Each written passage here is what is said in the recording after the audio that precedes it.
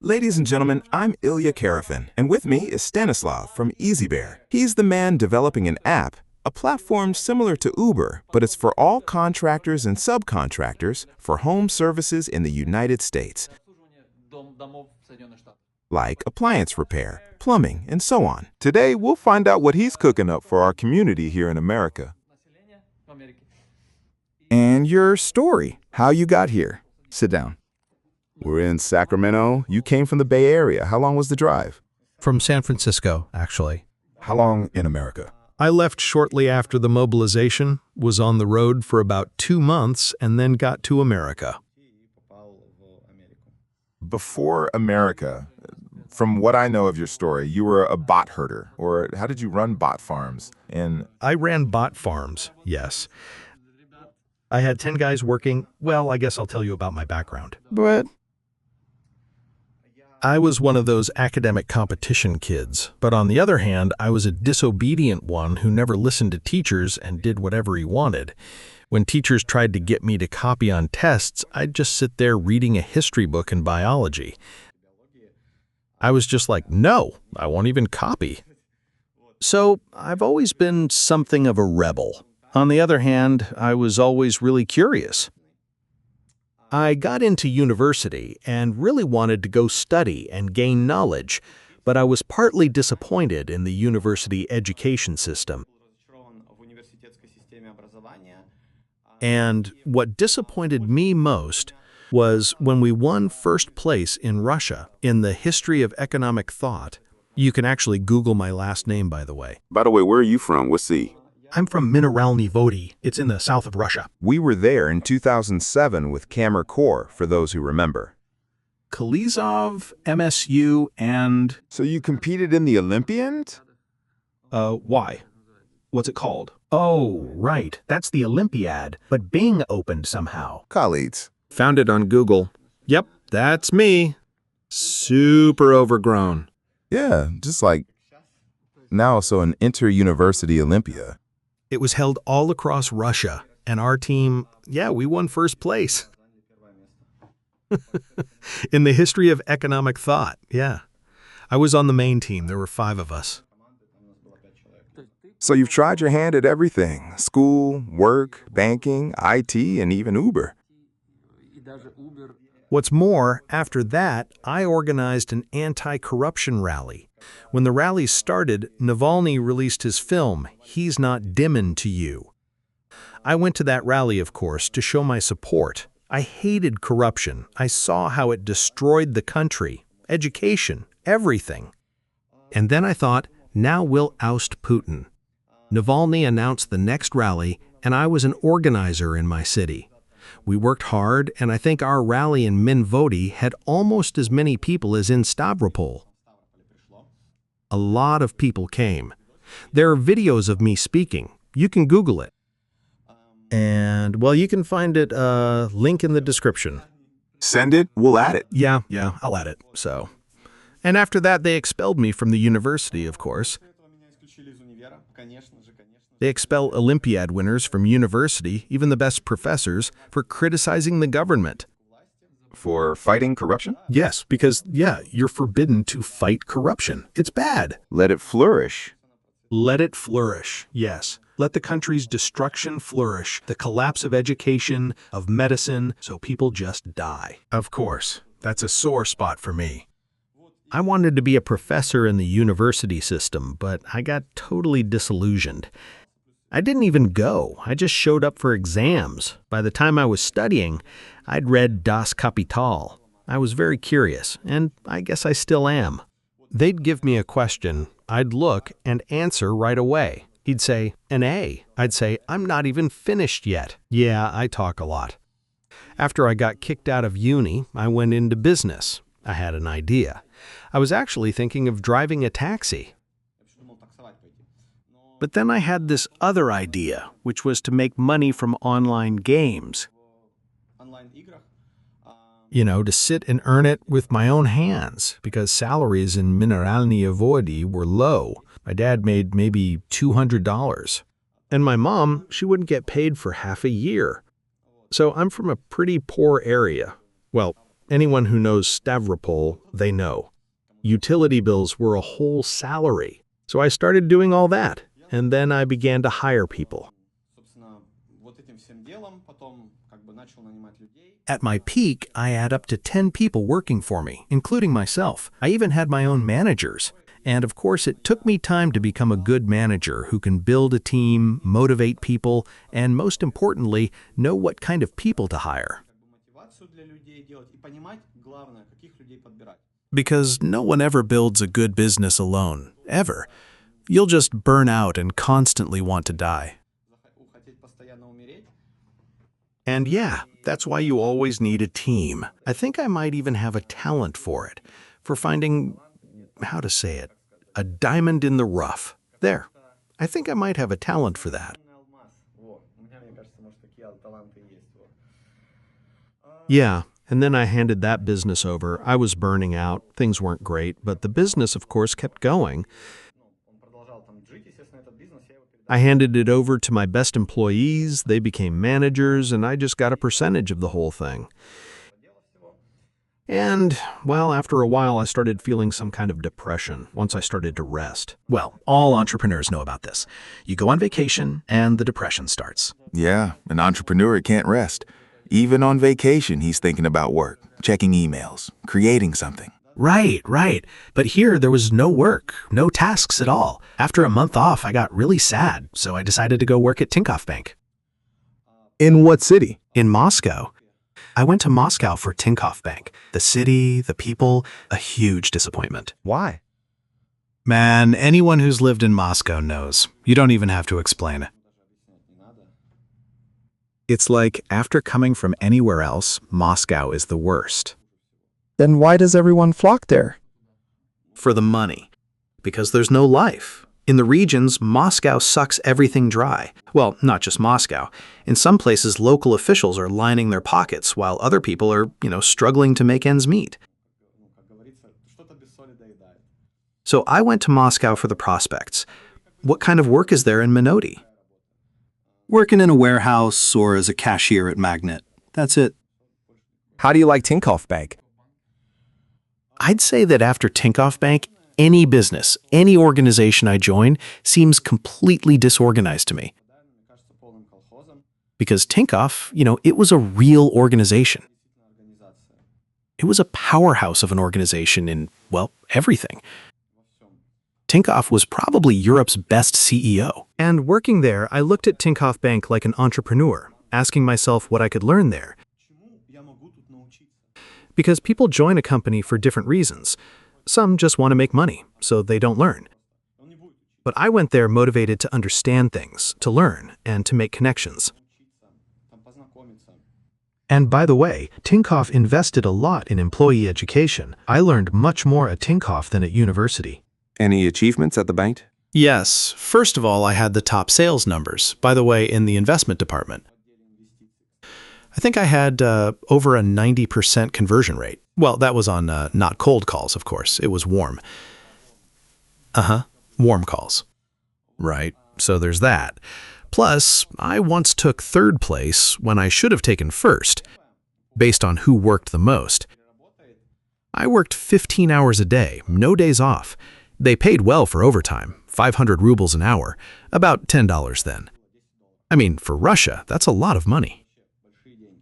But one guy went nuts and worked 48 hours straight, just on the line. He was on the line for 2 days straight without sleep, and he beat me. There was a recount, and another guy beat me too. I was first, then dropped to third. But yeah, the managers all saw how I worked. A top manager came up to me and just asked, "Stas, one question. You won't die?" I said, "No, I'm used to it." How and why did you leave the bank? I left the bank and started studying data science at Yandex. And I had this idea for my last business. To replace a person with a bot. So, of course, everyone told me it wouldn't work, that nothing would come of it. The usual. Everyone who was doing it, Well, I did it. And I actually did what many people couldn't do in 15 years. Make a good bot. And in a couple of years, many of my friends said it was the best bot. They were into that RMT. I won't say where, so the company doesn't sue me. And the people from that game, they said yes, it was one of the best bots ever. So it's a computer game where your bot earned some kind of in-game currency. In-game currency, which you then converted into real money. Yeah, I sold it. Sold it on FunPay. Many people might know FunPay. If it's not a secret, how much did you make? Ah, right. Again, at first I had one computer, then two, then three, then four. I was constantly growing. When I left the bank, I was making about $1,000.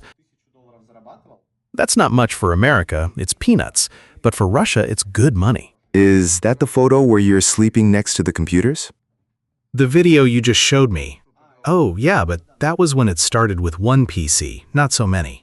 So your room had 7, 8 PCs? 12, I think. And you lived and slept among them. Yeah, I did. It was terribly hot. And $1,000 a day was rolling in? Well, almost, yeah. I mean, I worked on improving the bot, but my required tasks averaged up to 1 hour a week. Mondays were 3 hours, weekdays about 30 minutes. That was my required work, and I'd even pass it to my friends with the bot. They made good money from it, quit their jobs, and in return, they had to do my work. Like a corvée system. Ah, okay. A corvée system. Yeah. Win-win. So what happened with that bot? Is it still working? With the bot, well, first, at its peak, I was making $2,500 before I left for America.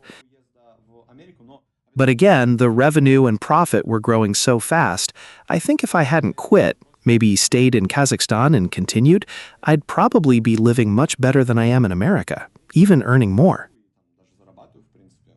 So it was a very good business for me. Plus, I enjoyed it, which is also, an important factor. And how did it end? Well, they announced the mobilization. I just had to leave. It was scary. Listen, why weren't you like, well, not everyone, but most people who are like, yeah, Russia, hooray, let's attack? But why? There wasn't a majority. Who supported it? Among my friends, there wasn't a single person. Just not a single one. I'd go to my friend's place and we'd talk about Putin, about assassinating him and whether killing is permissible or not. And he was totally against it. No, killing is never okay. Never. I'd say, even Putin? He'd say, okay, we can make an exception there. That's how much, I'm telling you, everyone I knew was sick of the guy. But another friend of mine went to a vocational school, and he says that there, the teachers, the students, they were all like, yeah, the war, this and that. Just dumb rednecks. You can't call them anything else. A normal person? Well, if they support it on camera. Again, many people just keep quiet about it. Or they support it on camera, they know what's what, but, well, no normal person. And again, even the military has stopped supporting it now. It's obviously nonsense. It's just crazy. For example, I'm half Ukrainian. I have Ukrainian roots. My great-great-grandfather was exiled from Ukraine for speaking out. They called him a traitor. Well, many were exiled. They were exiled under Catherine II. But what's most interesting is that my grandmother, she's a full-blooded Ukrainian, you could say. She's like a pure Ukrainian. I'm half, well, more than half. First, she speaks Ukrainian, and she sang me songs in Ukrainian as a kid. And then this special military operation started. She watches TV, she's an old lady, and she's like, yeah, bomb them, bomb them. And I'm just sitting there thinking, my God. The art of brainwashing. Yeah, well, the TV, yeah. But you see, it works on those who watch TV. And in Russia, well, it's true that a lot of people in America watch TV. In Russia, a lot of people don't watch TV at all. It's all just filth. So in the end, all that filth didn't affect you? That provocation or propaganda, you go to America or? Through Kazakhstan to Turkey, then we entered through Mexico. I was traveling with friends. There were 3 of us, me, Artyom, and Zhenya. We met, 3 or 4 years ago? Yeah, at Cornerstone Church, a church for all immigrants, and you were there. And I was surprised to hear you say you carry a taser for Uber to protect yourself because you'd been attacked. Oh, yeah. I was working in Sacramento.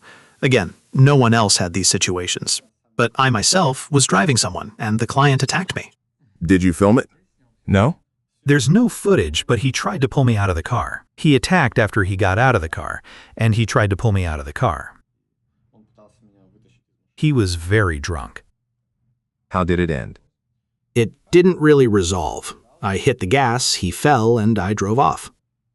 I was sitting there fighting him off. He was trying to pull me out of the car. Did you have to use the taser? No, not once. On the contrary, it's probably, survivorship bias or something. It was just a bad incident.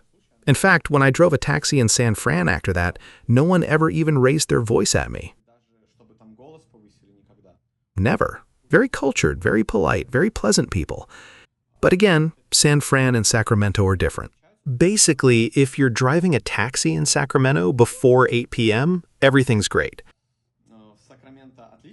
After 8, people are tipsy, and they drink differently than in San Fran. It's more of a village. They drink harder and can act, more like thugs.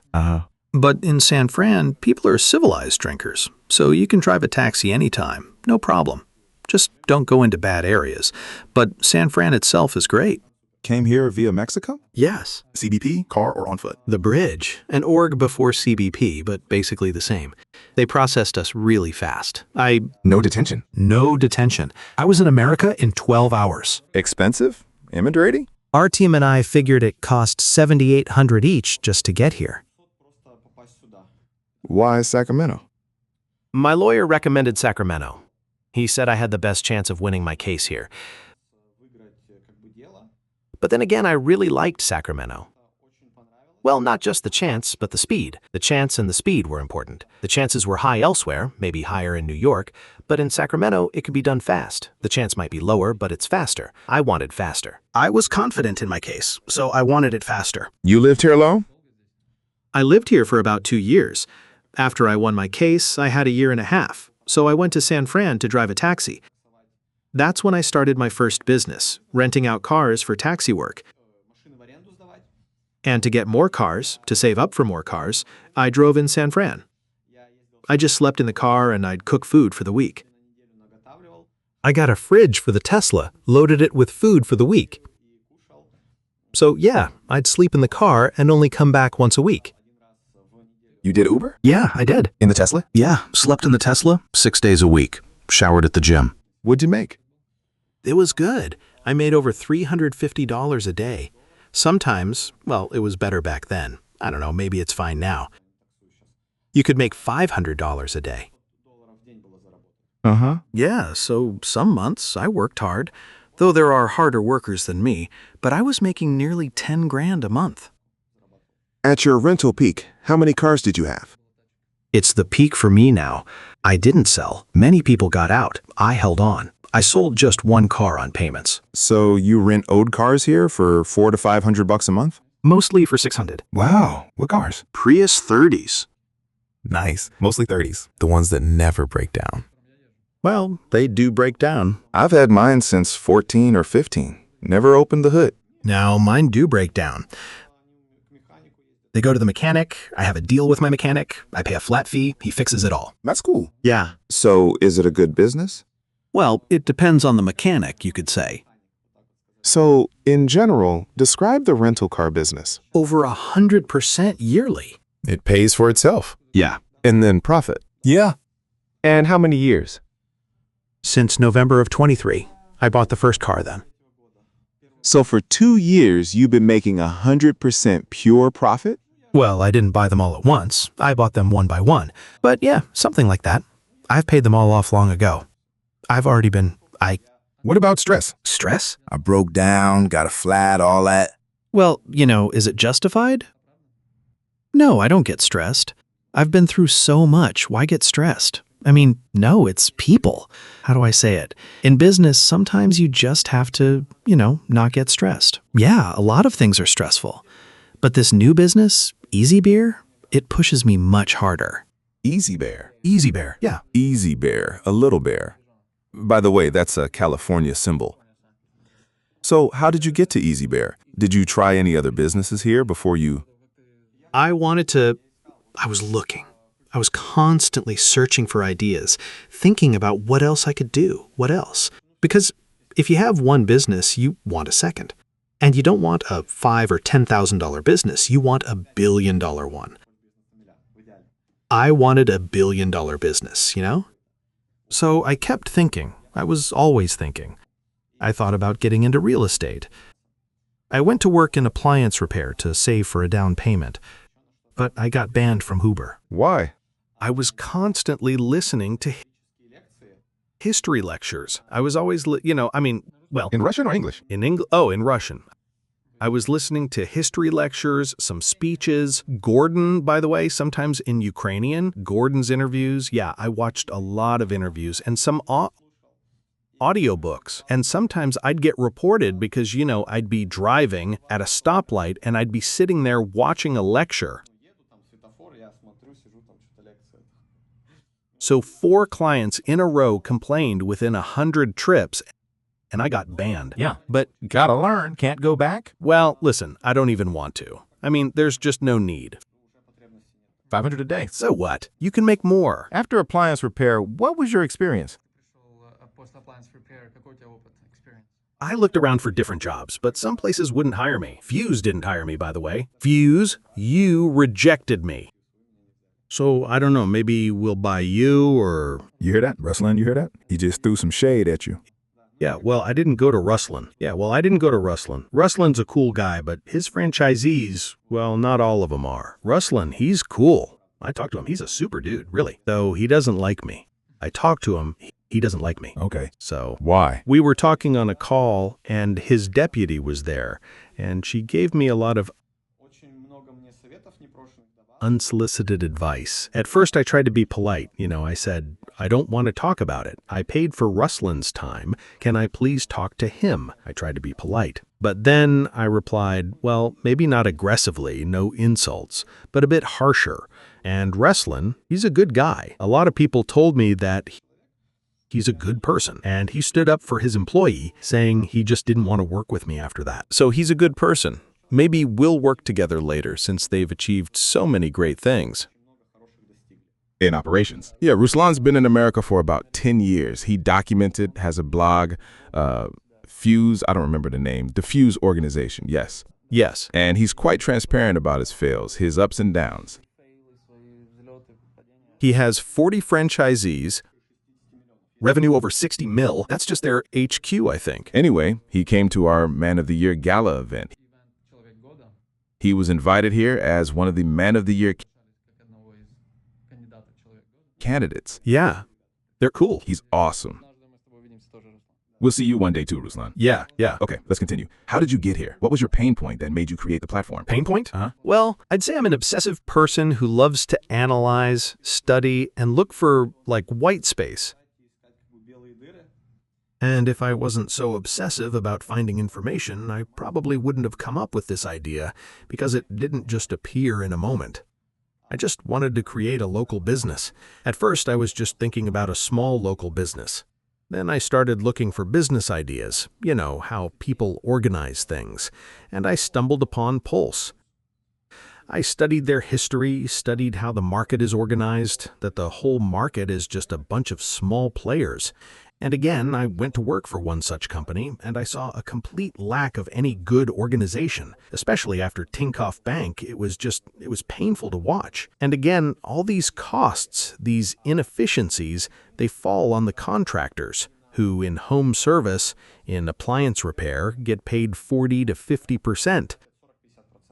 So let's say you go to a client, the bill is $1,000, well, with parts, $1,100. And you earn, well, the parts really cost $100. And you and the firm make $1,000, but you did it all and get paid $400. So how good a job are you going to do?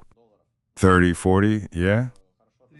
Yeah, from 30 to 50%. It varies. But good local companies pay 50. They pay good workers 50%,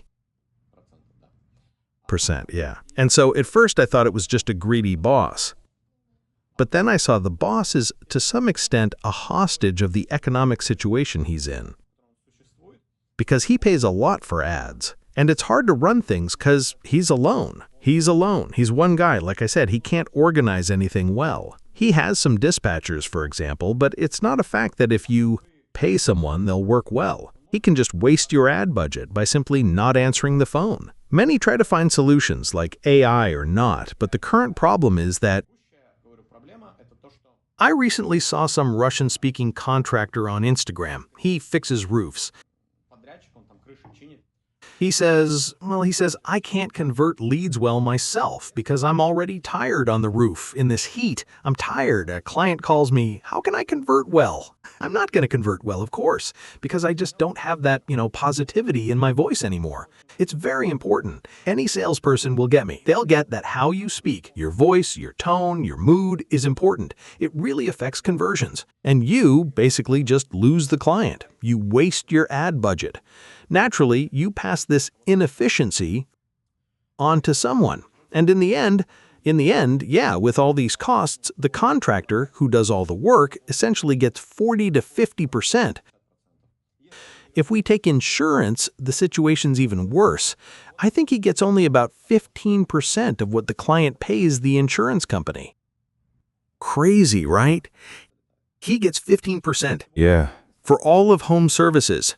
Well, the whole market, if you take appliance repair, it's over $7 billion. Without garden equipment, it's $4.5 billion, and insurance is another $4.5. It's a rough estimate, maybe a bit off, but the picture is about $9 billion is what clients pay. Less than $2 billion gets to the technician, and $500 million is the actual cost of parts.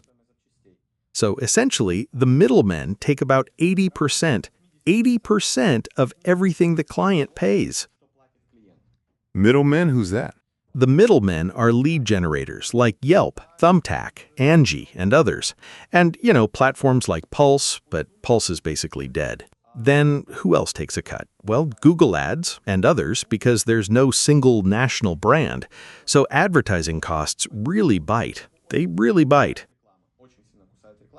Next, it's the boss, who can't set up an effective call center because setting one up is not a trivial task.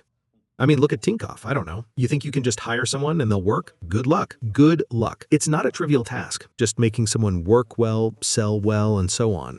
And not steal work orders, not steal personal data. Because they can also steal personal data. That's also, a kind of... Why? What would they do with it? Sell it? Listen, of course. Yes, people sell personal data. Yes, it's a big problem. So you saw this whole problem and decided to make an all-in-one. Yes, I decided to, solve the whole problem in the market. Basically, we're efficiently setting everything up, creating a complete, Again, here's a little introduction. Here's how a typical company works. They work with some lead generators. They have some, crappy website, usually a very crappy website. The dispatchers, of course, and they also use some software for organization, like Workiz, Housecall Pro, and so on. Again, they pay for the software. Ruslan said that, again, I don't know, but he didn't say this was confidential. Fuse's head office alone pays $500,000 for software. Yes, a year. $500,000 a year. That's what he said. I don't know how true it is, but he said that. Right. And again, Ruslan himself said his words that he told off Service Titan when they called him, trying to convince him to stay. Ruslan says no, you can't do anything right. You haven't in all these years. And yeah, nothing decent has appeared in home services. For someone from Tinkoff Bank, these aren't standards. It's their absence. So you started to solve this problem. Tell us about the platform, how you came to it. With your experience, who's involved, what's the cost, how many hours are in it, what you do now, and are there results? Yeah, sure. Well, first of all, we started using AI. We started using it before the current hype. And for the entire development. I mean, it's already a normal thing in Silicon Valley. I had friends who work in IT. They told me which models to use because I didn't know. I didn't know what it was. I could code by hand. By hand, I mean in Python. I could do a lot, ask GPT something, but GPT is bad, of course, but not, professionally, like a real coder. I didn't know how to do it. They showed me, and I started trying. And again, I was told that AI can do anything. But when the project grew past 50,000 lines of code, AI started doing more harm than good on every prompt, and I realized that we needed a system, an infrastructure for development entirely on AI agents. And on that system, we built the platform. Right now, with the documentation, the development engine itself, the project, the app, it's under maybe even over 3 million lines of code. It's a giant project already. I think something like Yandex Eats is at best 1 million lines of code. A good game, a really good one, although the value of a line of code isn't equal, but say Kenshi is about 500,000 lines of code. Kenshi. How many lines do you have? 3 million. It's a huge number. It's much more than Temteg. Temteg is, I don't know, under 500,000? Well, Temtech works and makes a ton of money. Yeah. For now. Well, until you eat it, you say. Yeah. Now, look, I don't think people are lazy. People who make good money for so long and haven't done anything to solve all the problems, they won't do it. They just, first of all, in their heads, they don't have the understanding of how to do it. And second, they're making money and not losing market share. And again, if they start losing it, who will investors give money to? Us or them? Good question. And if we aggressively capture market share, just like Uber, take Uber versus Lyft. Why is Uber worth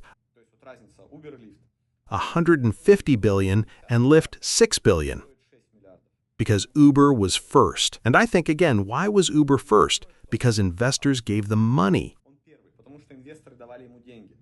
They got money because they were first. And maybe this centralized model we're offering, not this decentralized thing with a bunch of marketplaces. Because there were taxi services, really. Maybe you remember, where you'd go online, look for a driver by rating and so on. They all died. All those levels, yeah. Well, I don't know about America, but Russia had them, and they all died. What's left is the centralized organizer. Why? The client doesn't want to go online, read messages, or talk to someone for half an hour. They don't need that. They need to press a button, enter an address, pick a time, and a text shows up. If not, they get a text, easy online payment, documents, everything. That's what any client wants. They don't want to waste their time. So that's exactly what you've made for people in the home services industry? I can't say we've completely done what we want yet. We're on our way. Because even 3 million lines of code isn't what works exactly as we want and automates all the tasks the way we need.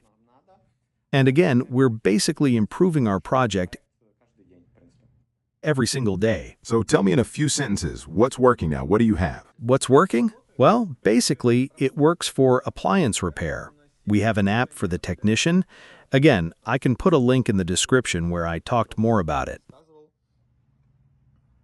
Oh God, wait, is something shuffling around? So here's our app for the technician. Here he sees his work, say from 10 and so on. So the technician logs in, picks when he wants to work, selects what he fixes. He picks his work zones, like in the Bay Area, but not everywhere. He chooses where in Sacramento he wants to work and where he doesn't. And then he starts getting work orders here. Here. In requests. He just hits accept or decline. Then what he accepts just shows up here in his calendar. That's it. It's a pretty simple system. The client gets a notification that the tech confirmed he's coming for the job, because you have to confirm it. Okay, why is it better for a tech to work through you than for a company that's already on the market? I mean, right now, maybe it's not better than my firm. Now, I'll be honest. So, again, we pay more, but we don't overload people with work. We pay 70%, so that's more. But our techs buy their own parts. It's more profitable. On average, parts are about 10% of the revenue. So a tech makes about 60% with us, roughly. That's still better than a local company. But again, our software and some other things don't work as well as we'd like them to. And there's still a bit of organizational chaos. But I think that we, again, as an app, well, our first app was just a capacitor. Programmers will know what that is. Now we've redone it. It's like RN. And RN works fine, but some things just need to be tweaked and stabilized. But again, sometimes it all works well. I want more automation, more of something else, and I start adding new features, and of course it doesn't work great. And, well, at first. But it's like, we get some negative feedback from a client because recently we got 1 star because the AI called him 14 times. Yeah, and you could even interpret that, of course, as a possible violation of the law. But basically, we didn't have a system automated to the point where if there's negative feedback, it stops calling. But what's interesting is what this client wrote. He said it felt like he was talking to bots. So it's all bots. Yeah. Not a single human. I've watched your video presentation, and it often says there are no real people. Yeah, no operators. So it's all AI. Yeah. And it even closes the deals. Yes, all AI. So first of all, a client calls and the AI answers. But again, the AI doesn't have all the API endpoints it needs yet, so it can't answer some questions. But for, say, where is my technician? Like, here's the geo-tracking, he has another job, we expect he might be a little late, things like that. We haven't done that yet, but we're getting there. Just to, as I said, automate such questions. We're going step by step. But overall, our initial booking on any channel, like SMS or phone, lets the client book a technician's free time. The system sees what time is free from his work schedule, because, for example, the tech in our app, like if he, I don't know, needs to drop his daughter off at kindergarten in the morning. That's relevant to you. Well, okay, not here. But he goes in here and just blocks a slot, and he won't get booked. Ah, right. He just won't get booked then. So he doesn't call his boss and say, can I take some time off or whatever? Just a few clicks, and that's it. Yeah, it's like our Airbnb. We don't want guests to arrive when we don't want to send cleaners or be there ourselves. Just block it and that's it. Question. So in the early stages of your huge project, is there a chance for friends or people with the means to invest in you and get a really, really good return on their investment? I think so. After all, I've successfully built more than one business, and every single one of them was profitable. You know your friends who were flipping Priuses? You said they sold everything. I still have it all. And again, thanks to Taras. Thank you, Taras. Thank you, Sergey. Thank you, too. We love you. The mechanics? No, not them. I won't say, so they don't find them. Well, I don't know anyway. For other reasons, I won't say what it is. It doesn't matter. Yeah, thanks to them. So how can people who believe in your EasyBear project win? How can they benefit?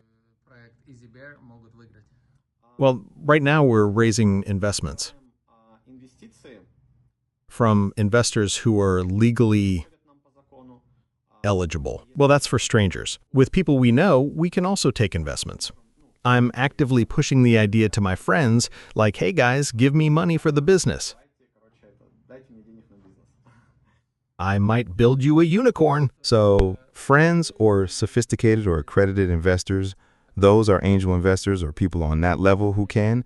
It's a topic you have to research. Now, about the unicorn.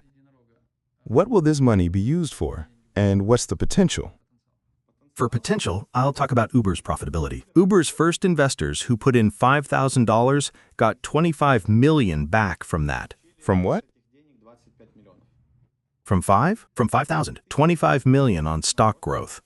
So what we're doing is selling a safe, which is basically like stock. You're buying a stock equivalent. It's for tax optimization, but a safe isn't exactly a share. It's essentially an analog, an equivalent to a share. So right now people are just buying our shares and we'll use that money to build the business. Question. Why EasyBear? Why wouldn't a big company like Uber itself just add a plumbing repair feature or something? Yeah, that's actually something I think about constantly, and it's something I worry about, because it's true, many things can be copied, even made better.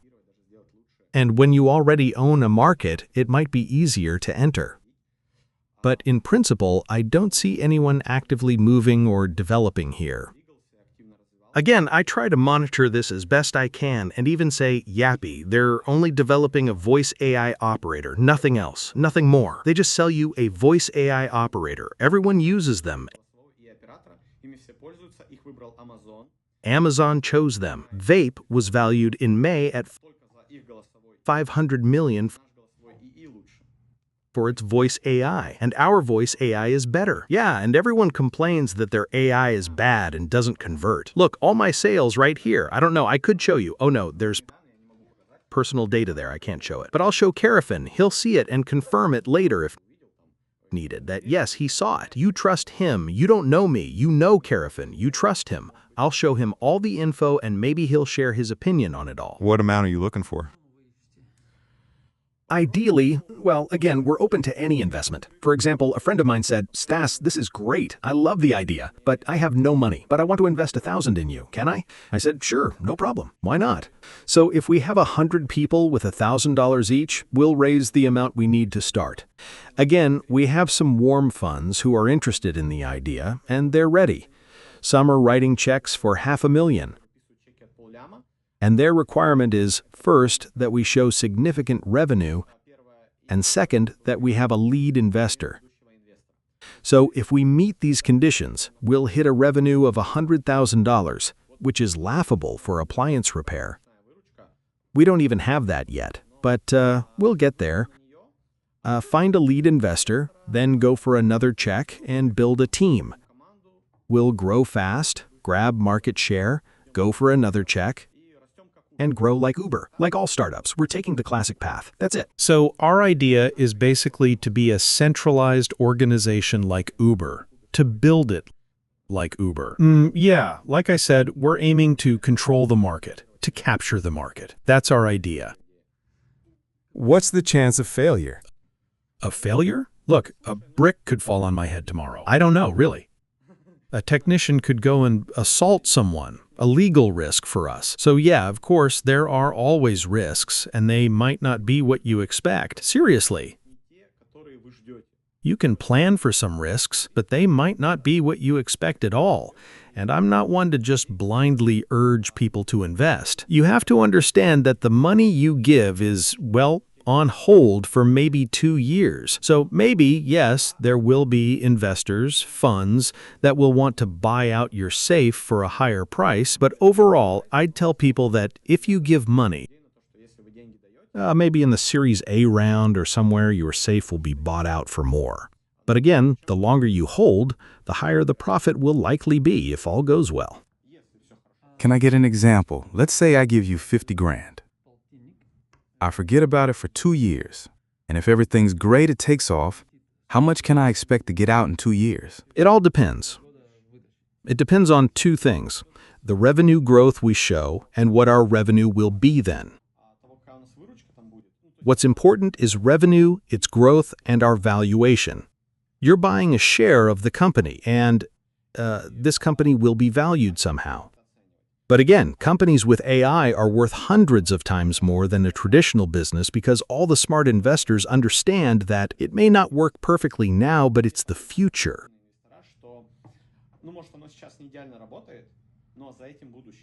It's easier to control and capture the market this way because you don't need dispatchers. We've automated many processes already, and soon we'll just need some people to handle advertising, just contractors, and that's it. It'll be much easier to grow. And just for example, with Vampit,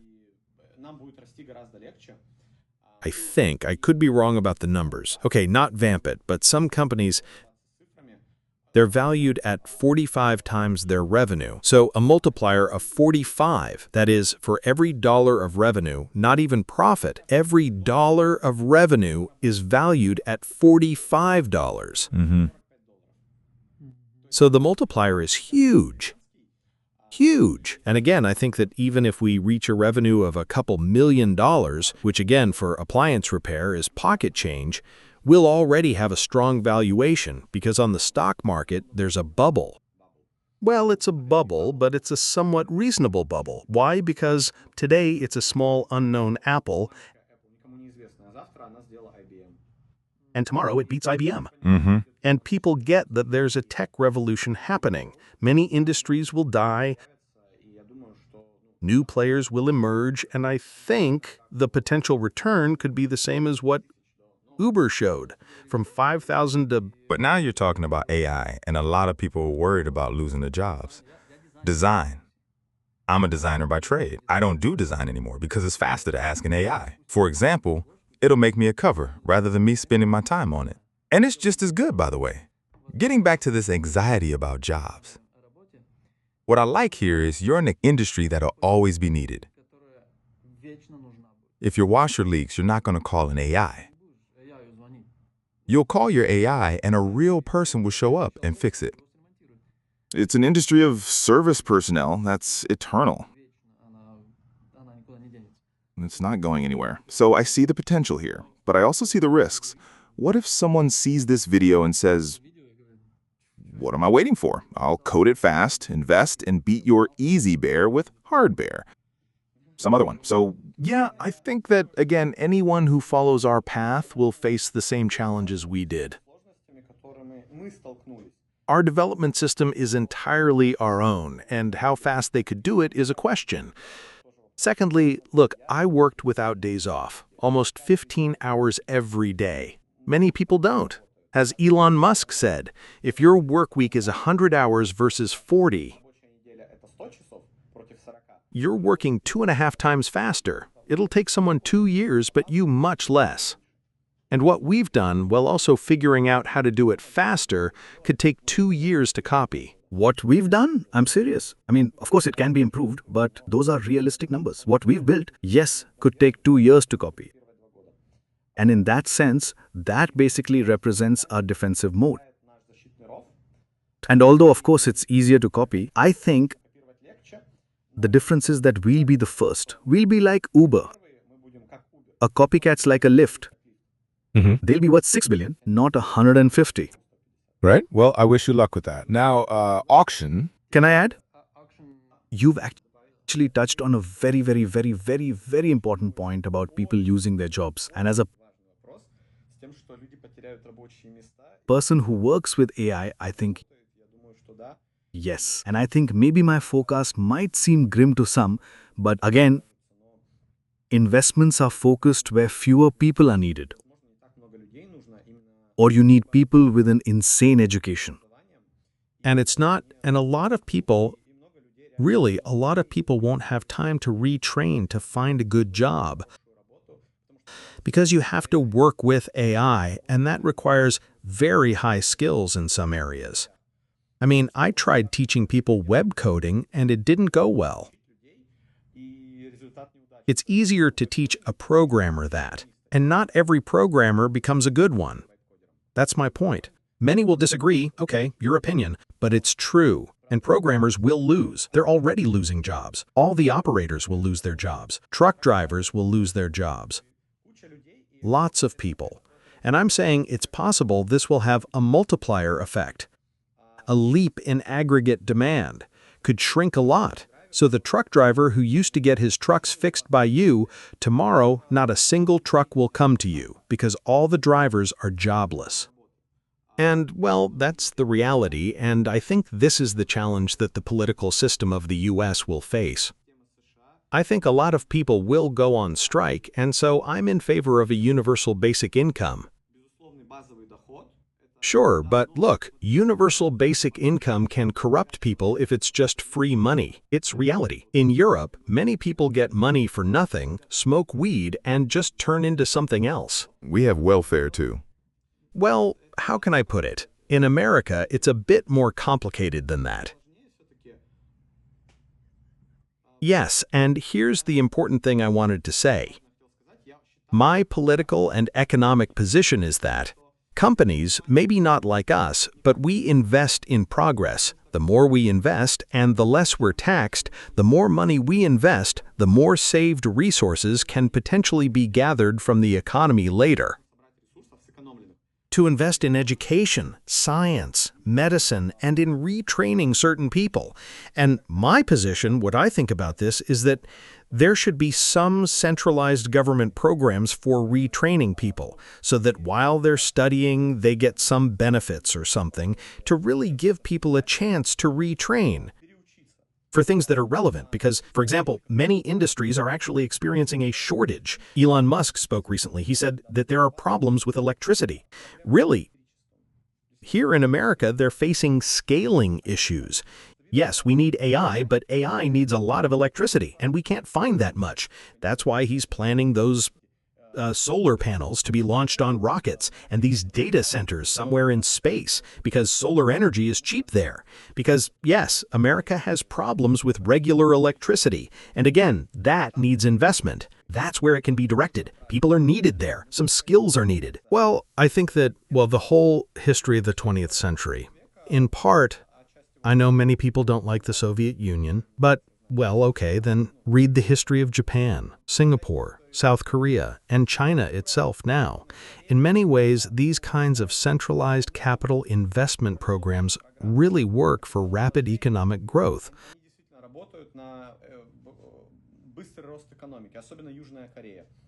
Especially South Korea. And I think that really America might face a challenge where it will also have to come to this. I'm saying you don't like leftist ideas. Well, look at South Korea. All the leftists hate South Korea, although I'm partly a leftist, but there's a lot to learn from South Korea, specifically from the Park Chung-hee era. Yes, the man was a dictator, but still, if you read about it... Are you for North or South? The South, of course. What do you mean dictator? The North has the real dictator. No, I mean South Korea before. The economic boom was under Park Chung-hee. Oh, back then. Back then, of course. It's not growing now. Oh, now I get it. I thought you... Yeah, I'm saying that huge economic growth Korea achieved was under the dictator Park Chung-hee. After that other dictator, God, I forgot. Well, whatever. Right, there was a dictatorship there too. In the North and the South, they all had dictatorships. But that explosive economic growth happened under that quasi-market model Park Chung-hee created. And there's really a lot to learn from it. I think it'll be very relevant for America's future. Anyway, it's clear you know your history. It's interesting to listen to you. I think you should do more podcasts. Maybe even start your own. Because you never shut up. There's no time. Look, I'll say one last thing. Yeah, people say, nobody knows you. You don't do talks. Why don't we know you have an AI with a 100% conversion rate? Why is it better than OpenAI's and no one knows about it? I tell them, guys, that's why it's better. We just sat down and worked. While people are busy talking, work doesn't get done. You have a team, right? You're not alone? No, Sasha handles a lot of tasks. It's just, oh my God, hold on. Shoot. Oh, gosh, hold on. There, the computer turned off. Yes, Sasha. Sasha is a very capable, very hardworking, very smart person. She's part of the team, you could say. A co-founder, same as me, and she handles many tasks, yes. This presentation, that wasn't me. I didn't make it.